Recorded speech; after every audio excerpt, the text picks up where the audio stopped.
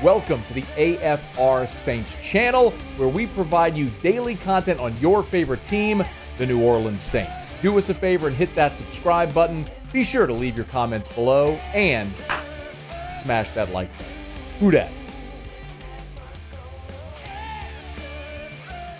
Saints played on Sunday to beat Chiefs. We know that. And one of the things that we looked at as training camp was getting started was a sort of a projected 53-man roster. And the way that I did it was like I didn't roll out my projected 53 like a lot of people do. And they want to do that, that's fine. It's okay to take your shot. But what I looked at with the Saints roster is I went and said, okay, how many locks are there? I mean, absolute, no doubt locks. Like, I'm not saying more than likely going to make it. Like Rashid Shaheed was a good example. I think we all think Rashid Shaheed is going to make this team. But he's not a lock to make the team. With as many bodies and as much talent as they have at receiver, and now him being injured, there's a chance. I'm not saying, again, I think he makes the team. But he ain't a lock. Michael Thomas, Chris Olave are locks. Derek Carr is a lock to make the team. Trevor Penning, Ryan Ramczyk, Alvin Kamara, these are locks to make the team. You understand? So we went through that list, and there were a couple of spots in particular that stood out that I think now, after a preseason game, it's worth assessing or reassessing a bit. The most obvious right now is running back because of Kamara's suspension and the injury to Kendre Miller, and obviously the injury to Eno Benjamin, which has left you thin on depth. The Saints have brought in, we know, Darrell Williams. So the one player right now that you know, barring injury, God forbid, will be there week one is Jamal Williams. Again, a lock. But Kamara is going to be suspended, so he won't count against your 53 for that first week. He's suspended. And we hope Kendre Miller is healthy, but we don't know that he will be ready. And you have Darrell Williams now, who they just signed, and I think we assume will make the team. At least will be on the team there to begin the season for those first 3 weeks. Maybe it's a release practice squad type thing. He's there for the year. If you need him, you call injury. It could be. But Ellis Merriweather, I think, got everybody's attention. And if he didn't get your attention, then you just weren't watching the second half of the game, because 35 looked really good. And Dennis Allen said as much afterwards. I thought he got in there and ran the ball pretty well. I thought he ran the ball really physically. He had a really nice run that got called back, got called back, but it was a good run. It was 9 carries for 24 yards. He also caught a touchdown pass. Beautiful catch in the flat that he turned up, got into the end zone. Whatever they asked him to do, run, catch, or block, he looked like he belonged. So that's one worth keeping an eye on.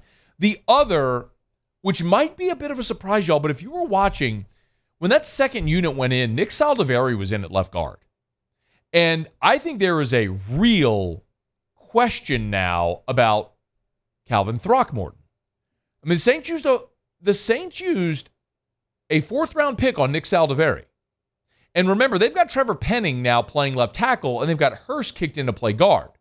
And we know Hurst can play tackle or guard, so my assumption here is Hurst is going to make this as a backup or swing lineman, which means your opportunity to make this roster as a backup is limited. And Max Garcia, who played center behind Eric McCoy, struggled, had a holding penalty, just didn't look great in the game.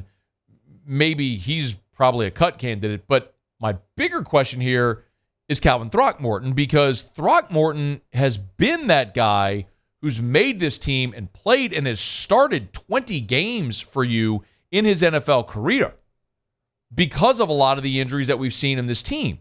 I mean, he's played in 31 games with 20 career starts. And I think Nick Saldiveri, if he makes this team, and if James Hurst makes this team, Calvin Throckmorton is probably a guy on the outside looking in when the final cuts come down. Long way to go, but that's worth keeping an eye on. The first line, though, looked pretty good. Here was Derek Carr on that unit protecting him. When we have those 5 guys out there in practice all together, sometimes some guys are limited and things like that. But when they're all 5 out there, it's like, wow, this is pretty impressive. And that's the first thing I told them when we came off the field. I was like, I got to go through reads and make decisions and play quarterback. I appreciate it, fellas. Because those guys, man, they did a great job on that. It's one drive, but it's okay to get excited about it. It's professional football, and I think those guys are really good players. Now, if you look on the outside, receiver is another spot we're keeping a close eye on. Olave and Michael Thomas are locks. We know that. I'm going to go ahead and say Rashid Shaheed is going to make this team. I think we all agree on that, right? He's your returner, and he's also a guy that plays special teams for you, and he's been a good receiver, and he's a gadget guy. So let's say Rashid Shaheed makes the team as well. If you keep 5 receivers, that means you got room for 2 more. Can we all say A.T. Perry right now is the next guy we would all mention? We'd all agree. Okay. That means you got 1 more spot. Keith Kirkwood caught a touchdown. You got Bryan Edwards hanging around. And yes, Tre'Quan Smith is still there. You can laugh all you want. But this may be the year, finally. Heaven let your light shine down. Where the experiment with Tre'Quan Smith, the placating and pacifying a former third-round pick, and convincing yourself that you need to keep him on the roster because he can block, maybe that finally ends. And in large part because A.T. Perry right now, it would be an upset for him not to make this roster at this point. So that's, I think, certainly significant. Defensively, there's 2 spots. I think we all know how the defensive line is going to go and how the cornerback position is going to go.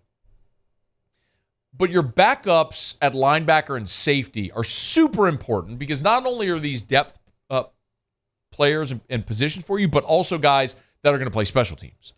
And, at linebacker, you've got Demario Davis, you got Pete Werner, and you got Jalen Smith. So you got your first 3, which means you got 2 more spots.